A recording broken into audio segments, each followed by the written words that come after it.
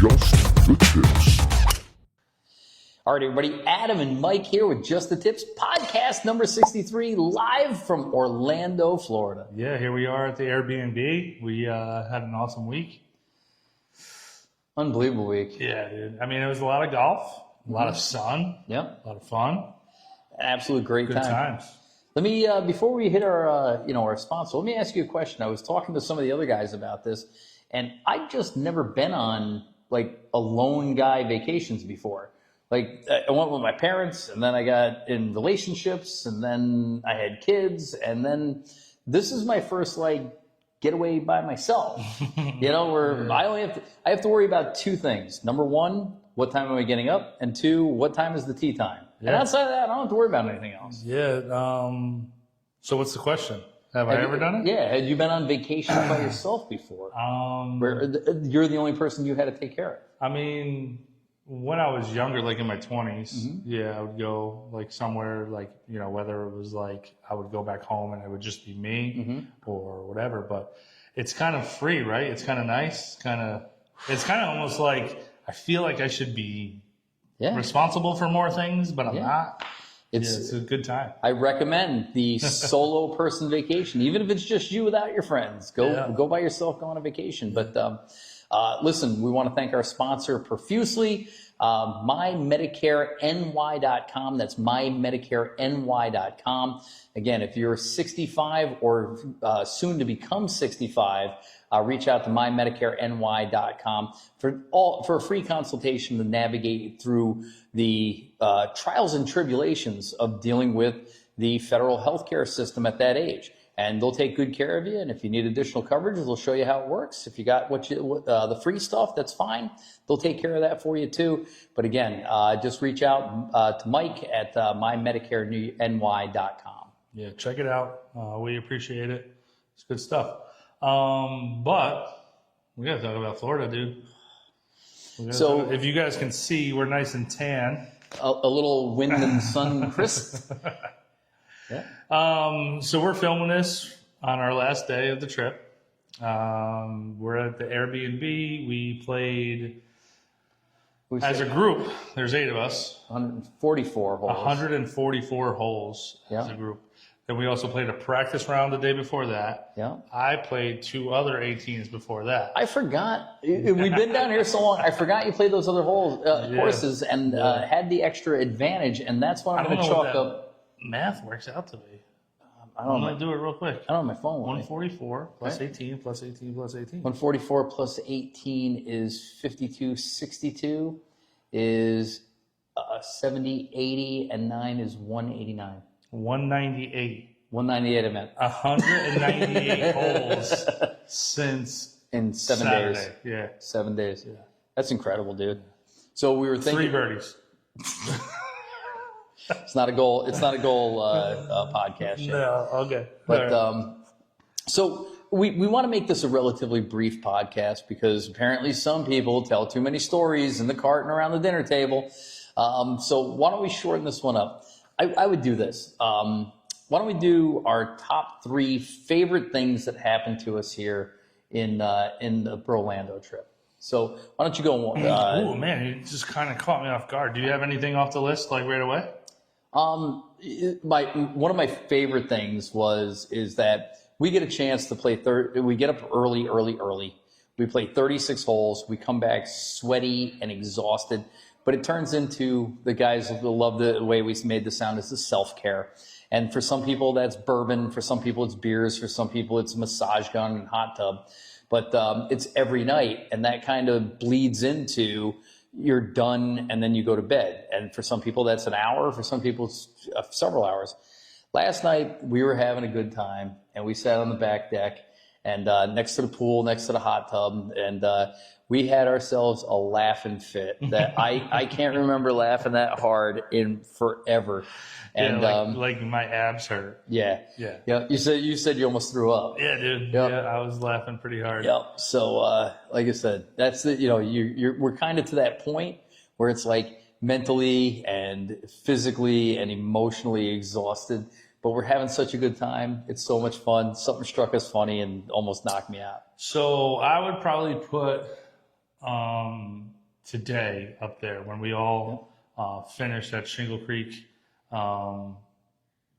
We took we all took a group photo. We had the flag and everything like that. I like when we all take time away from hitting on the range, putting on the green, going to the first tee, and we all kind of just hang for like whatever it is, 5 minutes, 10 minutes. And everybody together. Nobody's got their own agendas. We're not cool. I'll tell you what, that picture turned out spectacular, as it does. Yeah, I think that's awesome. Yeah, it'll be good. Yeah. What else you got? I loved, for obvious reasons, our fancy dinner that we went to. Yeah. We went to so last year we cooked 100% for ourselves. And we're so lucky to have the commissioner, who was also like a gourmet chef on top of everything else, happy to, and cooks unbelievable food the whole time we're here. But some of the guys last year said, one night we should just go out. We should take the burden off. We should go out and have a really nice dinner. And we went to the finest steak. Go ahead and tell them you didn't think it was a fancy steakhouse because it was in the country club. Well, I mean, it literally at lunchtime we were sitting and having beers like on the other side of that table. Yeah. So I wouldn't really call it fancy because I mean you got sweaty golfers coming in the side door and we're all sitting there. You got a suit on. Fancy. Well, so there's 7 of us. The menu was fancy. And we got an email that said, hey, we're going to go out to this nice steakhouse. And I go, oh, good. Everybody's kind of back and forth. You're going to get changed, not going to get changed. They said there's showers, there's locker rooms. So I packed a shirt and a suit and a watch, and I didn't have any shoes, so I just wore my golf shoes. But I thought it was a dress-up thing. You did? Yeah. Where did you get that concept from? We were going out to dinner. There was a place to get changed. It was supposed to be a nice steakhouse. I put a suit and a nice shirt on. Nobody else did. Everybody else just No. I mean, so I brought a separate change of clothes, but it was a polo shirt and shorts. I don't care. Nobody else wore a suit. Nobody had a suit on in that entire place. So while a little overdressed, felt very comfortable. I felt like I was in my own environment. I loved the dinner that we had on last night. Oh my God. You are, when you came out in that suit, we were all just like, dude, what are you doing? What are you doing? Well, you knew it. You knew we were going to do it to you. Not for nothing, but I had to pack it, travel with it, iron it, get it to the golf course, play 36 holes with it, bring it into the thing, get changed, and then wear it. So, yeah, there was a lot of forethought that went in that I, just like my Eagle of 2024, I don't think was necessarily appreciated the way it should have been. Oh, it wasn't. It wasn't even, you still didn't even deserve it. Deserve what? The appreciation for wearing listen. a suit. No. All right, fine. Well, I like the dinner because the steak was yummy. My other favorite moment is having that steak sandwich at lunch that we've been waiting 365 days for. To the day. That was an incredible steak sandwich. Yeah. Yeah. Totally worth it. I mean, it's, I probably hyped it up a little bit in my mind over the last 365 days, but it's still. I don't think so. perfect. I don't think I could over exaggerate how good that steak sandwich is. Get the steak sandwich at Shingle Creek for lunch on their lunch menu. The French dip. You got the gravy you dip it Oh, in. so good, so good. That was my number 2. So like I said, we kind of sprung this on us, but I would say my number one favorite thing about this whole thing is the car rides to and from the courses. I love playing the golf and I love the interactions, but there's something about you get up early, everybody's rushing around, you jump in the car. And for me, we had 3 cars down here. I didn't know who I was riding with. I would just want to be whoever was leaving first, or depending on what I was doing, sometimes who's the last guy so I can jump in the car. But, it's 15, 20 minutes to the course. Tonight it was an hour back with traffic. Yeah. But that was 8 different rides, different groups of guys. And it was just fun talking about the anticipation of the day, getting to know the guys really, really deeply about their families and stuff. And it's funny because when we're on the golf course, I don't know, we talk. Yeah, we don't talk going in deep. We don't talk deep like that. But when you're stuck in traffic with Gary Boyce for an hour, I found out all about his family. He's got a lovely family. They're worth knowing, Yeah. So, and the same thing with many, many, many of the It's guys. just so he has more stories to tell. That's why you like this. I got plenty of stories. Yeah. Yeah. My number number one had to be this morning's round. Round number 7, back 9, Yeah. 37. Dude. Had a par putt on 18 to shoot an even 36, which would have been awesome. But left it on the low side, tap in, bogey for a 37. What'd you end up shooting for 18? That was 82. Yeah. So that I believe is the third person and fourth lowest round completely of entire BROLANDO, and the number 2 lowest 9. Tied for number 1 lowest 9. Yeah. Right. So we got some good players down here, but one of your goals for 2025 is to shoot even par for 18. Mm-hmm. Scared it for 9 holes on a really hard Arnold Palmer course that we're all like, man, that course is hard. Yeah. You know, I mean, 235-yard par 3s. It was kind of fun. It was cool because. So, like I was saying, really difficult course. So this is not the easiest day. The wind's blowing.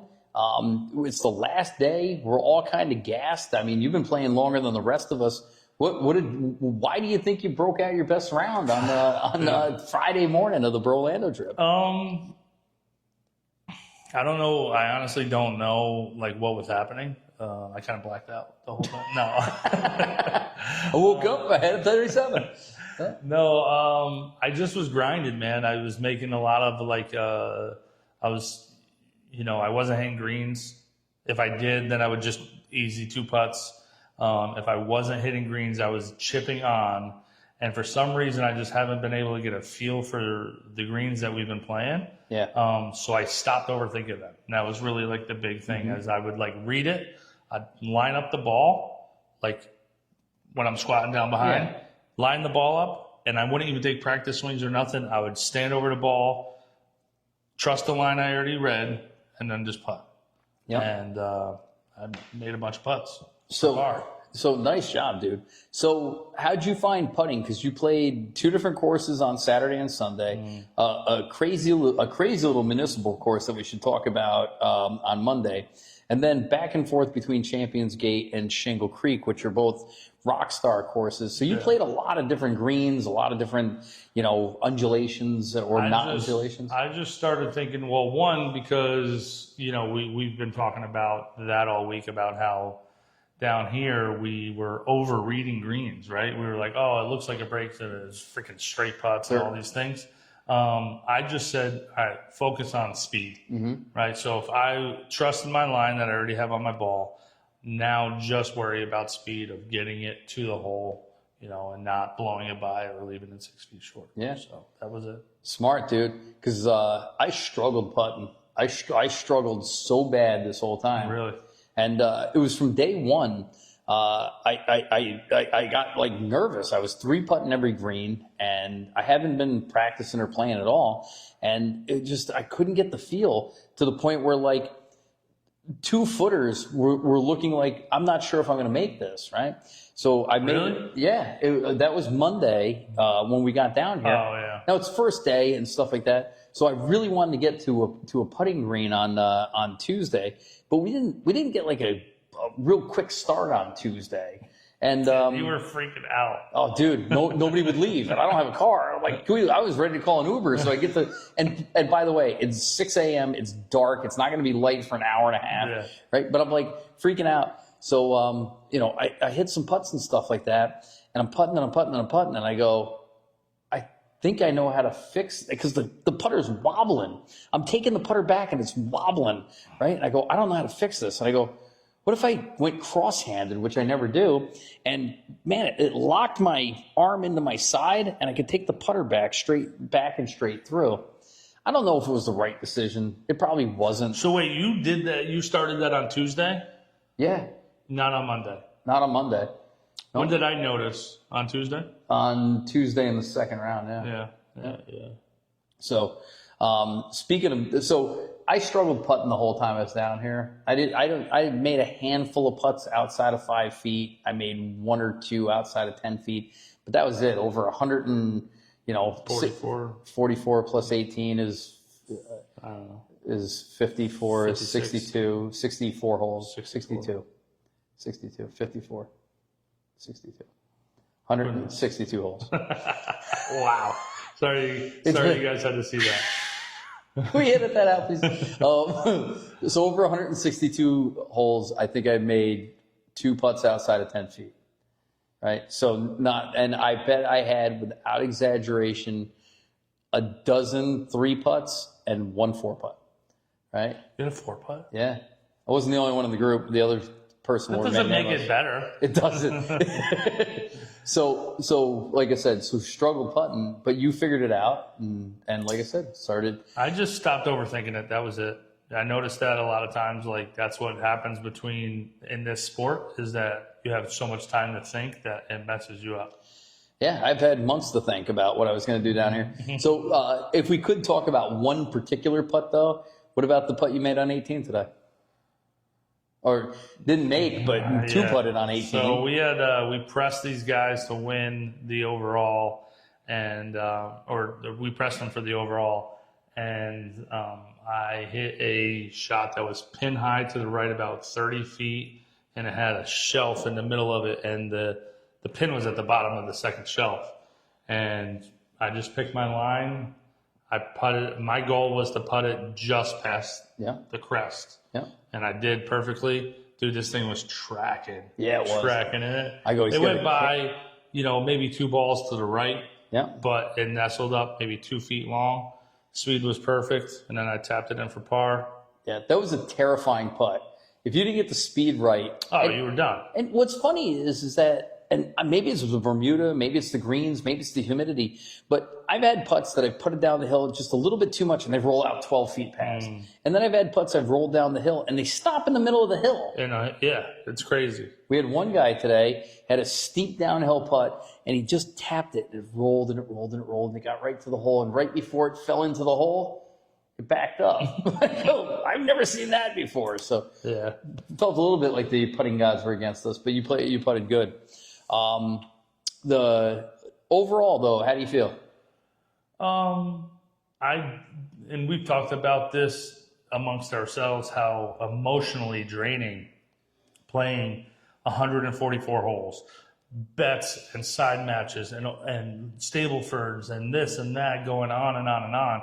It does take a little bit of a toll on you if you're not playing good, right? Like you're struggling, you're letting your partner down, you're like, hey, I'm losing my spot in the Stableford, this and that. Is like it is a little tough, So emotionally drained, physically I feel totally fine, but it was a good week, man. It was fun. I'm telling you. So, and how do you feel overall from last year to this year? Physically, mentally, emotionally, because. Like I said, last year we didn't know what to expect. Yeah. This year we definitely knew what to expect. I think this year I cared more. I think I think when my handicap being lower, I needed to prove myself a little bit more, which just carries a little bit more responsibility, And I think this year it kind of emotionally got to me a little bit more. Hey, I wanted to do well last year, but there was no expectations. Right. This year was like, hey, I got to prove myself. Yeah. And that one, a lot of times you're just standing over a putt. You're like, hey, I got to not make a triple bogey here. Yep. I can't let Tim Ryan down. Yeah. You'll hear it. Exactly. You'll hear it if you do.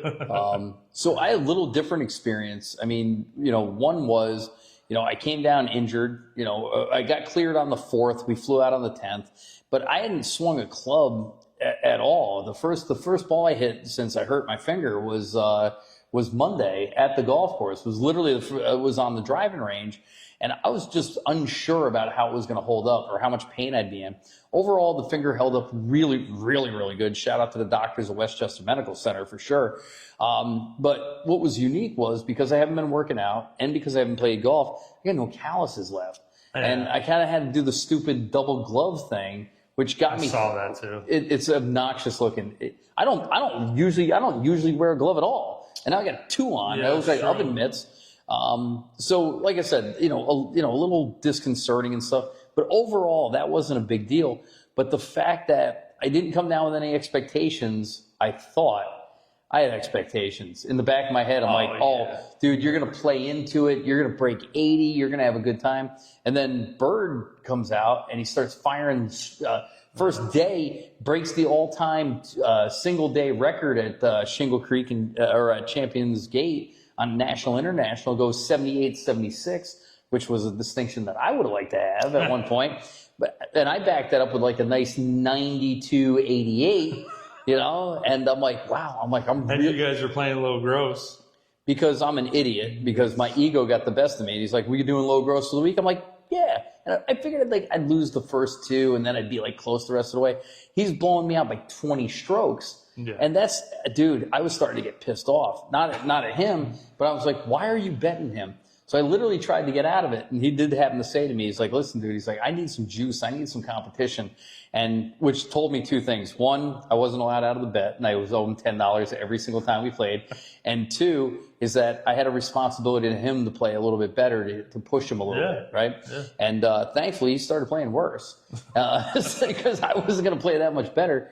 But overall, I hit so many good shots this week, shots I'm proud of, big drives, tight drives, good shots, great chips, no good putts, but they never amounted to a score, not once. I hit so many good shots that didn't amount to. So I'm in a spot right now where I'm like, hey, listen, I made a very nice move, but I'm behind.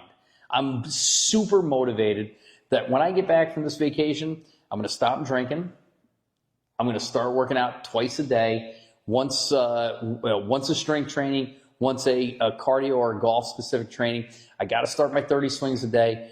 I got too much on the line right now, and I'm a little farther behind than I thought I would be. Because not for nothing, I think you beat me twice. I beat you more than that. How many times did you beat me? We'll go look. We'll go look and then we'll post it. Okay. All right. Put in the comments, we played 9 rounds together. How many times do you think Mike beat me? Straight up. Straight up. No strokes. Okay. All right. No, but match play. Not stroke play or match play? We could do both. We could do both. We'll do both. Yep. All right. So, all right. And we'll put that in a post this week. But long story short is, we're here. It's the last night. We want to get back in here, hang out with these guys. We had some buddies shoot some outstanding scores. There's still a hot tub. There's still a lot of food and beer to drink because we don't want to leave anything to waste. Yeah. And you got an early flight in the morning. Yeah. So why don't we do this? Why don't we end the quick podcast? We'll collect our thoughts. We'll come back with episode 64, where we'll break down the courses. We'll talk about our favorite shots. We'll talk about strategy, and we'll help you plan your next BROLANDO vacation. Yeah. And you guys will have the best time of your life. There you go. All right. Do we have any other sponsors to thank real quick before we go? We got a bunch of new stuff coming out this week for our other sponsors as well. So be on the lookout for that. There you go. But if you're 64 or older, check out MyMedicare.ny.com. So I'm Adam. I'm Mike. Just the tips. Just the tips.